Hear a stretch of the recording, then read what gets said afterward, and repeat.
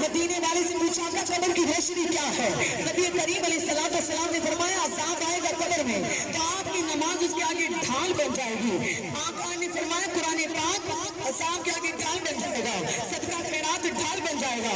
آئی درود السلام کی بات میرے رابطے پیشوا نے فرمایا محسن کائنات فخر موجودات امام الانبیاء محمد مصطفیٰ صلی اللہ علیہ وسلم نے فرمایا مجھ پر کثرت سے درود پڑھا کرو۔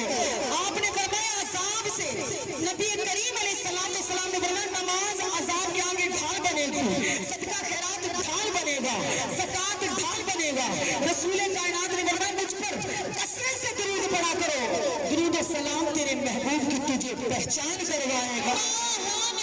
یہ میرا نبی ہے، ایمان والے قبر کو نور کر دے گا۔ بیٹھو تو درود پڑھا کرو، چلو تو درود پڑھا کرو، پھرو درود پڑھا کرو۔ ہمارا عقیدہ ہے کہ درود پڑھیں گے تو اللہ تبارک و تعالیٰ کے محبوب کے صدقے ثواب ملے گا۔ اگر ہم سرکار کو سلام پڑھیں گے تو مدینے والے کا پیارا سا جواب ملے گا۔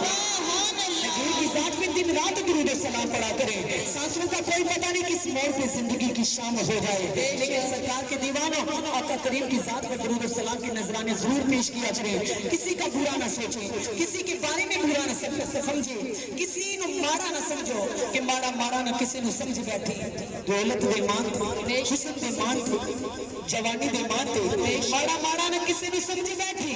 مارا کدی بھی نہیں کمزور ہوگا، ایک گر دسیا میں نے سیانے نے ماڑے دے سر تے بھی کوئی اور ہوگا۔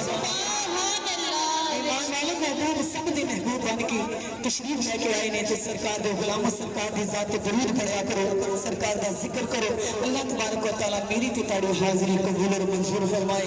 اس سال